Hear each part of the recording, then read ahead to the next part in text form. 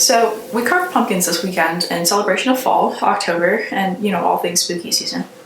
And you'll never guess what Disha carved on her pumpkin. It was a uterus. I couldn't think of anything else. And uterus was the first thing that popped into my mind. See, this is so fitting because I carved a cat pumpkin and she carves a uterus. And then our friend Kate carved a dog taking a dump, which is also very fitting for her. And Kate's mom was like, "This is why your friends are weird, because you're weird." But yeah. Yeah.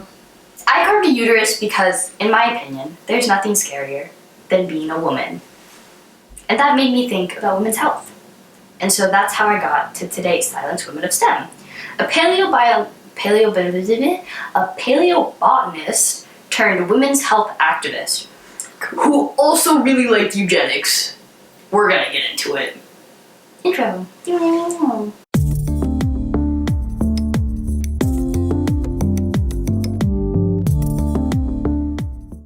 Mary Stopes? Is it pronounced Stopes? I believe it's Stopes. Alright. Marie.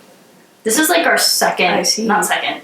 There's been so many Marys, Maries. Yeah. All of them. Alright. But Marie. Marie. Sounds good.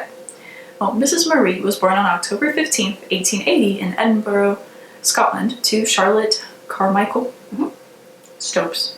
I've never heard the name Carmichael in my life. Really? Yeah. I definitely have. Wow. I kind of like it. Carmichael is, I think it's from, what's it called? Mamma Mia. It might be. There's a guy, it's the hot one that Meryl Streep, yes, marries, and I think one of his names is like Carmichael something. So her mom was a Shakespearean scholar and a suffragist, and Henry Stopes, her father, was an archaeologist and an antiquarian specializing in Stone Age artifacts. So, interrupting her real quick. A lot of places I found called him an anthropologist. But at this time, there's a difference between an anthropologist and an antiquarianist. Anthropologists are people who are educated on the subject and are collecting things for scientific reasons. Antiquarians are just like, ooh, shiny, I collect. Me. And as an anthropology minor, I was hounded into the fact that these people are not anthropologists, they are antiquarians. I see. Yes, so Marie's family was wealthy and educated, including the women of the family. Marie's mother was an advocate for women's education.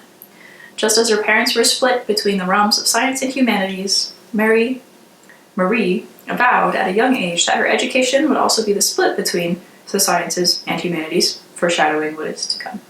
In 1900, Marie enrolled at the University College where she dual majored in botany and geology, graduating in just 2 years with honors in 1902, because she did both day school and night school. Oh, that's crazy. That is crazy. But while she was in undergrad, Marie worked as a research assistant to one of her professors, Francis Oliver. Together, they studied plant evolution, specifically the link between ferns and advanced plants. Then she went to Munich, Germany to complete a PhD in paleobotany, which is like the study of ancient plants. She specialized in the sexual habits of cycads. Cycads? I'm not sure how you pronounce it. But cycads are primitive plants, and they're actually like around today. We have them in Charleston. They are like short, stubby, hold on, I'm showing you pictures of cycads. You see these things? Yeah, we have them like everywhere. This is really silly. I definitely thought it was like a baby palmetto tree growing. You know what I mean? I also used to think that. Yeah. Because they look like baby palmetto trees. Oh, wow. Yeah. And so, Eva will put a picture, cycad. But they're like shorts, I literally said they're short, stubby palmetto trees that protrude out of the ground.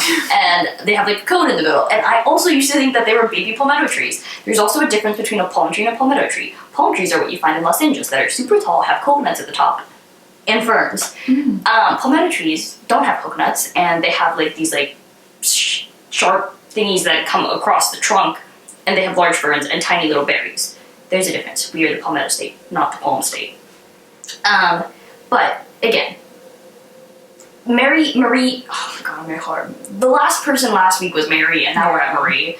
But her doctorate took just 2 years also. She graduated in 1904. She said speed run it. How did she do this? I have no idea. You know what? Also, I know with the more education and more stuff we learn, that's why education takes longer now.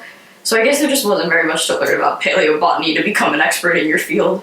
This is true. It just turned 1904 when she graduated. Yeah. Well, I mean, she's studying plants from like 65 million years ago.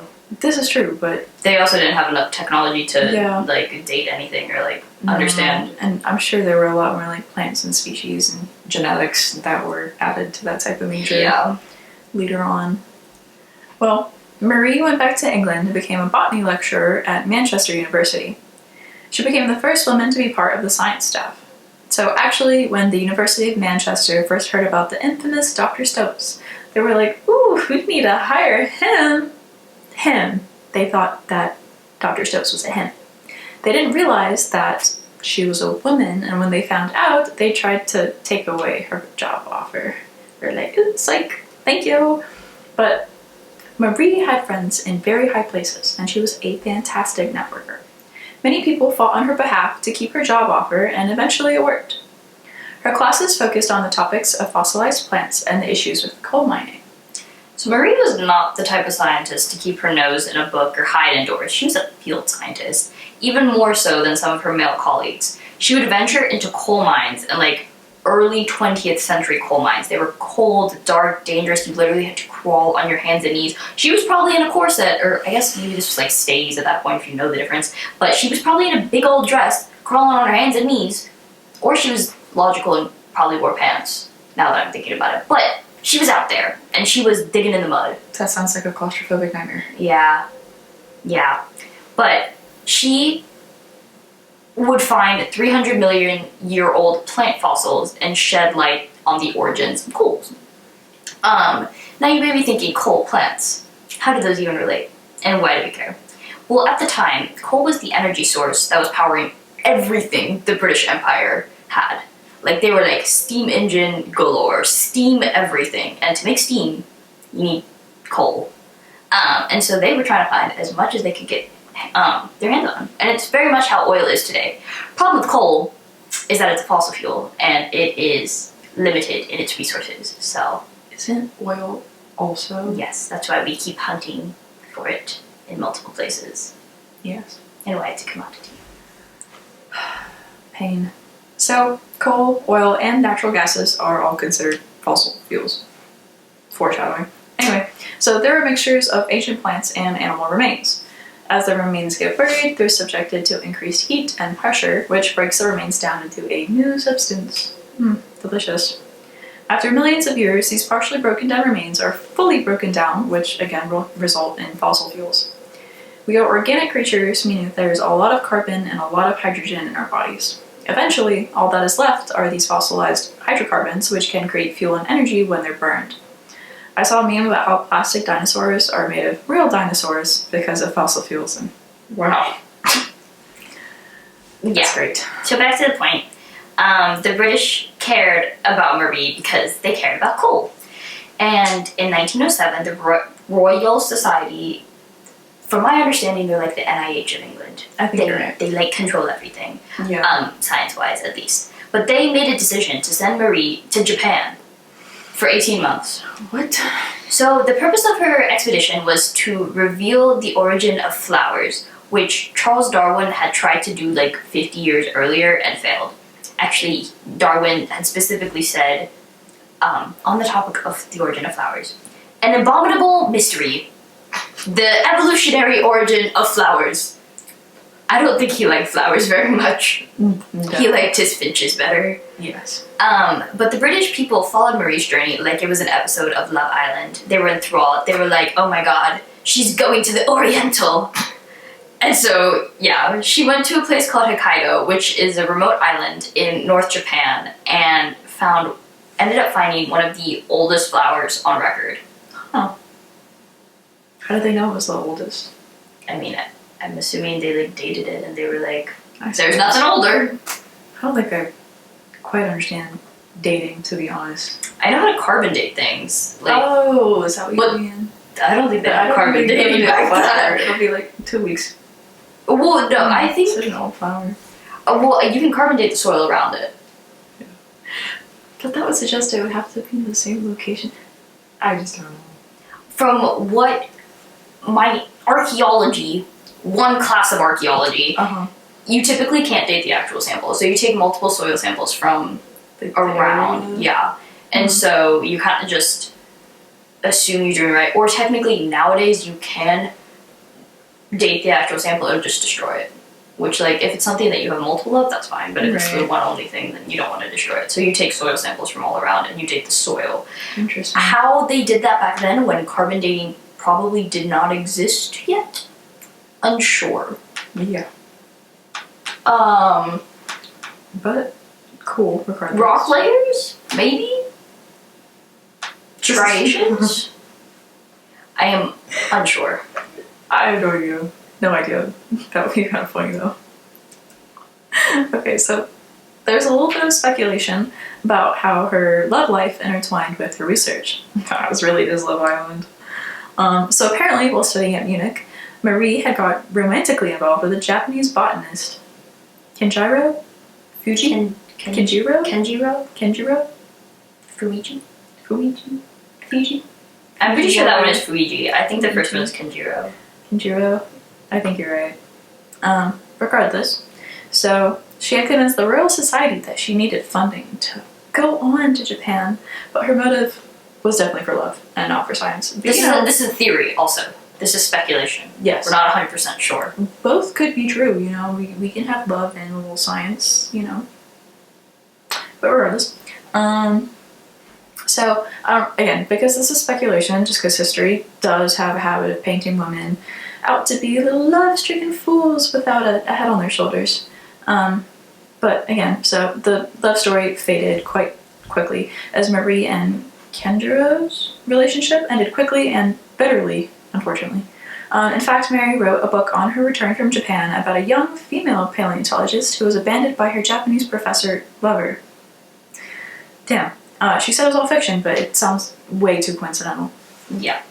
So in 1910, Marie was considered a star in British science. She was even hired by the Canadian government to help with dating fossils and actually settling a feud.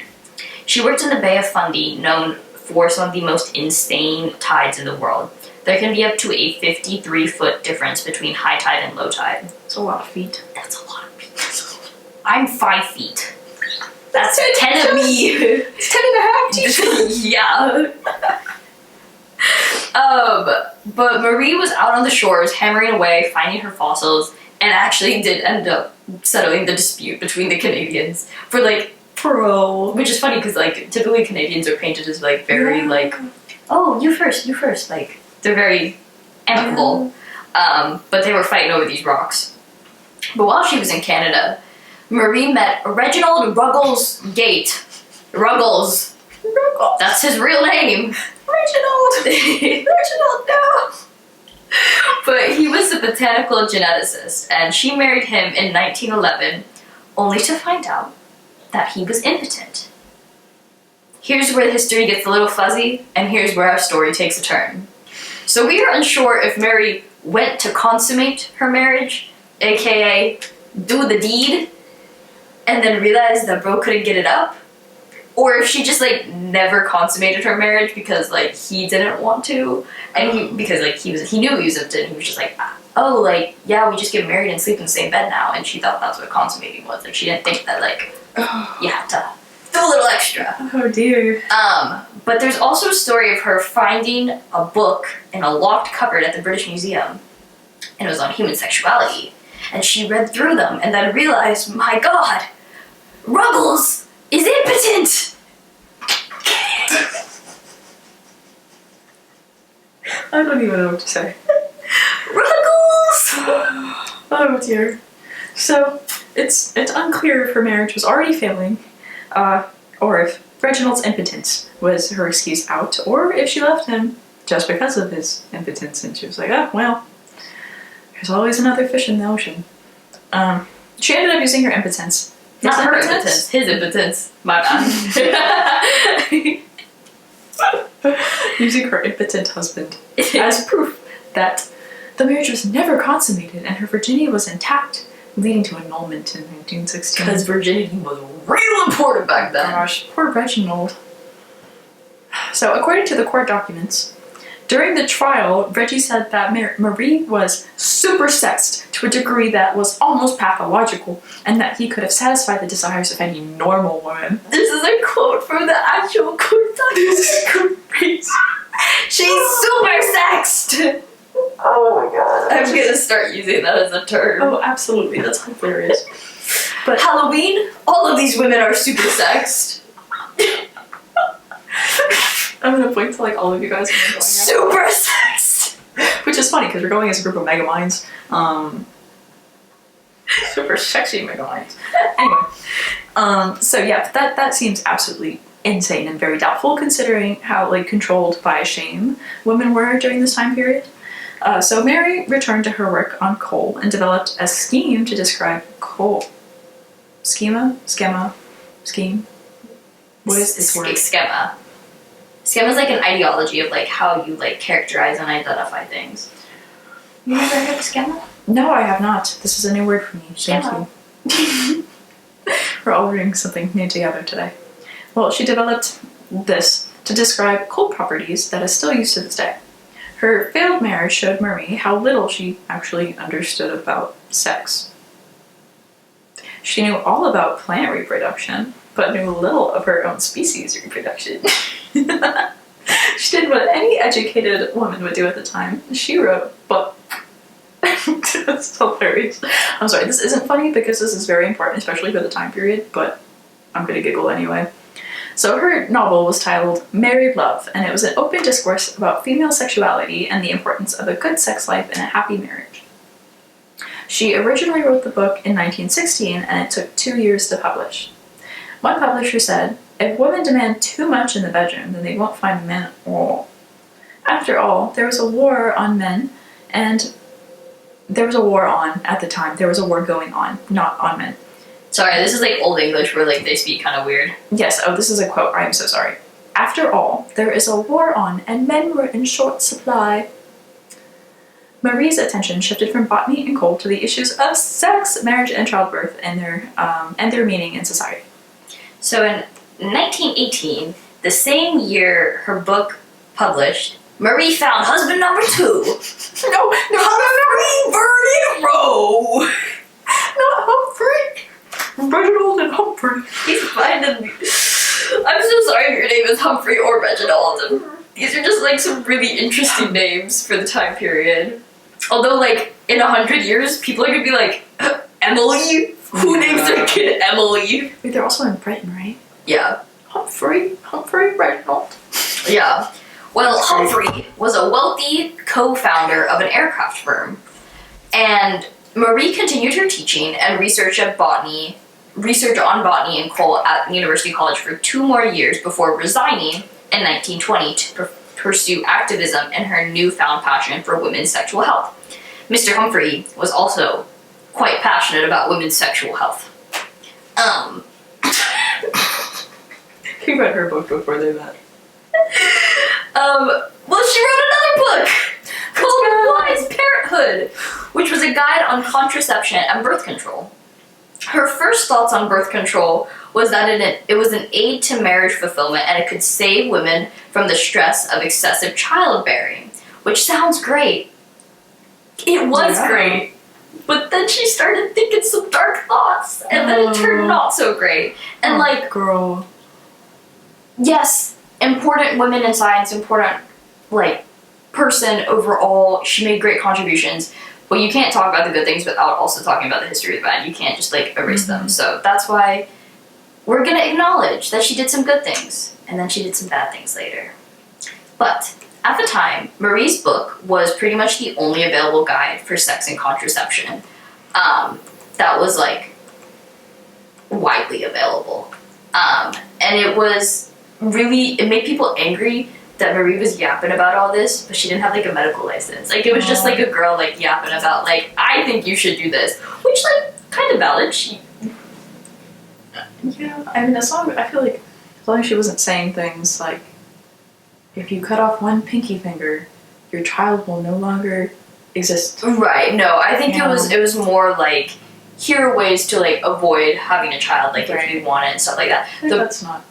Problem is I don't think she had reputable She was just like speaking from her own experiences. Right. Like it wasn't like anything like with a physician or anything like that. It was just like, these are what I think I know, and it was posed as she like was saying a guy. Yeah, like it was posed as like more of like a document thing, less than like an opinion piece. Okay. Like it was posed as nonfiction when it was an opinion. I see. Yeah. But again, doctors back then were like bloodletting and like believed in trepanation and all sorts of random things. So it's not like they could have been of much help either. No.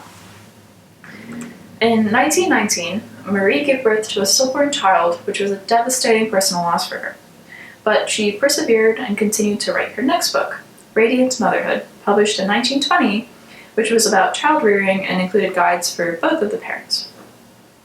In 1924, Marie's only child, Harry Verdon Stopes Rowe, was born, and she published Contraception, Birth Control, Its Theory, History, and Practice, a manual for the medical and legal professions. Ooh, okay, that's not a great title if she's not medically related at all. Yeah. She was a paleobotanist. Right, like, girl, where did you get all this information from?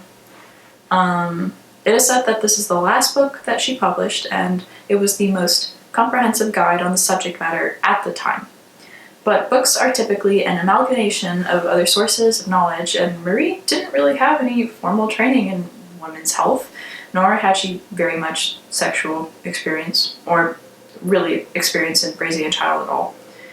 She is a marvel regardless, because in 1921, she and her husband opened the first family planning clinic in the UK. Their goal with Mother's Clinic was to help the poor make birth control more widely available and gather scientific data on contraception and sexuality. The clinic moved locations to central London in 1925, and a century later, it's still there. So not only that, Marie's ideas expanded into Marie Stopes International, which is a non-profit organization working in 36 countries that strives to make reproduction choices accessible to everyone. So, for the dark side that we spoke about, Marie was a eugenicist. I mentioned that term earlier. If you don't know what that means, it means that she believed in selective breeding among humans. How did she come to this? So she thought that uncontrolled reproduction among the lower socioeconomic people were hurting society. Oh, shut up. Yeah, and she thought that they were like inferior, and she was like, we gotta control you. You're messing up the world. And like, I am not a eugenicist. I'm just saying, if you can't afford kids, you really shouldn't plan on having them. I mean, those aren't... I feel like that's a different conversation. That's a conversation of, am I responsible to have a child right now? Not, right. Oh my god, you're poor, don't have one. Right. That's very different. Yeah.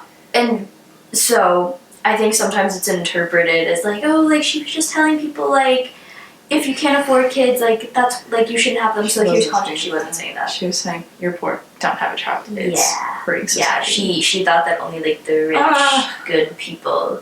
And I think that, like, I'm not 100% sure, but I did see rumors that she, like, communicated with Hitler. Yeah, so not very slay of her. Actually, she went so far as to be, like, in favor of complete sterilization of women that she thought were inferior. But she was like, that's impossible. What's a better option?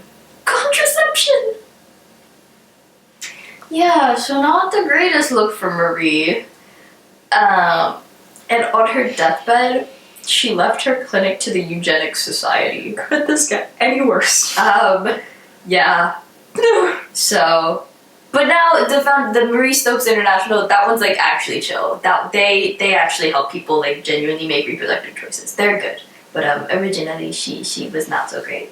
So like, it's like when you like make it like, I'm pretty sure like the safety pin or Velcro and the safety pin, both of them, I think they were like invented on accident. Mm-hmm. So I feel like that's like this. Like she accidentally did a good thing even though doing something terrible. Yeah. Well, she didn't do anything terrible, she just had terrible ideas. Yes, believed in terrible things. Yes. I think she thought she was doing something good. To be granted, so did Hitler, so that's not an excuse.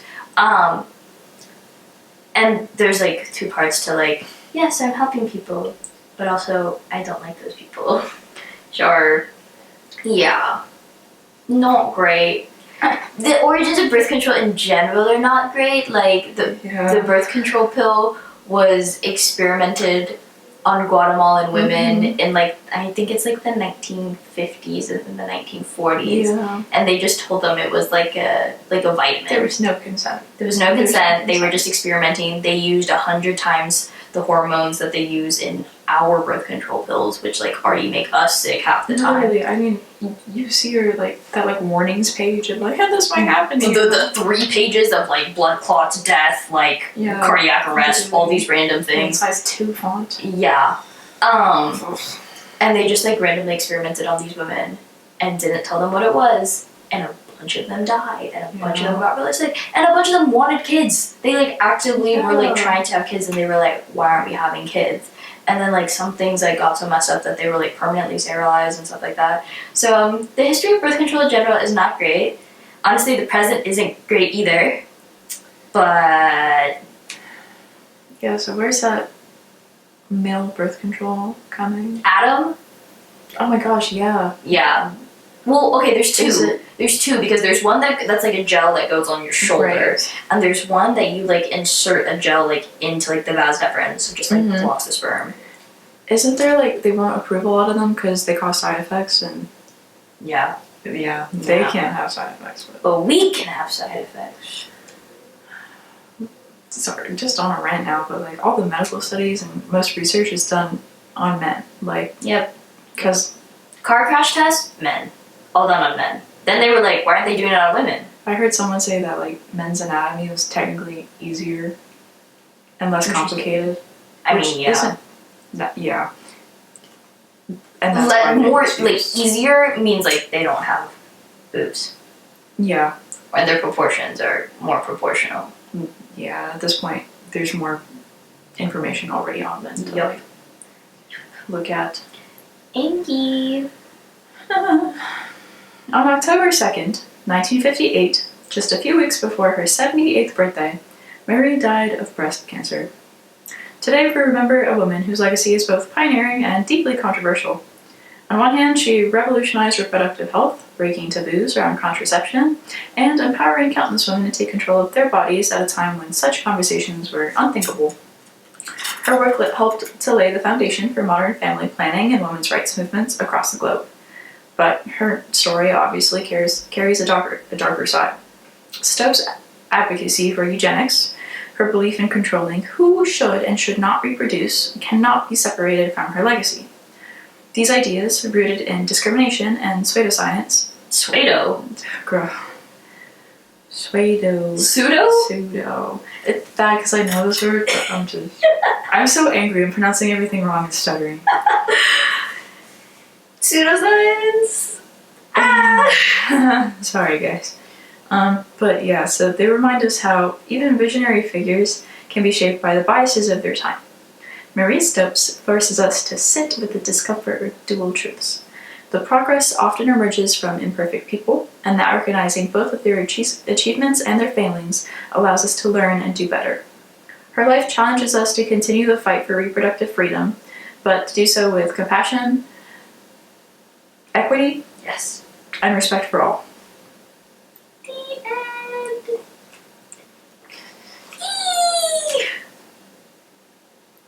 She had such a great start. She had a great start, and then she went downhill. And then I don't know what happened. Eugenics. She actually contacted Hitler? I think so. What did she say? Like, congratulations on your work.